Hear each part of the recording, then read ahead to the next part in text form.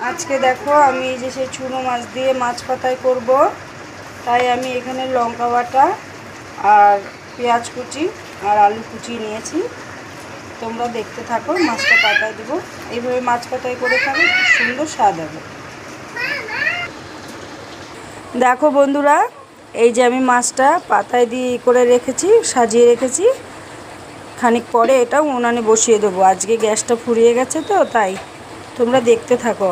আর বন্ধুরা, ভিডিও ভালো লাগলে লাইক কমেন্ট সাবস্ক্রাইব করে দিও। তোমরা সাবস্ক্রাইব করছো না।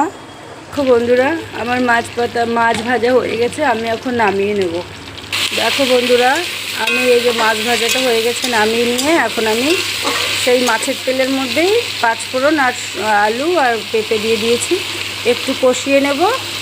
দেখো বন্ধুরা, আমার এই যে তরকারি প্রায় কষানো সাতলানো হয়ে গেছে। আমি জল দিয়ে মাছটা দিয়ে ঢেকে দেবো, কিন্তু এখন দুঃখের বিষয়ে ভিডিওটা করতে পারছি না পুরো। মেয়ে ভাত খাবে, মোবাইলের জন্য কান্না করছে।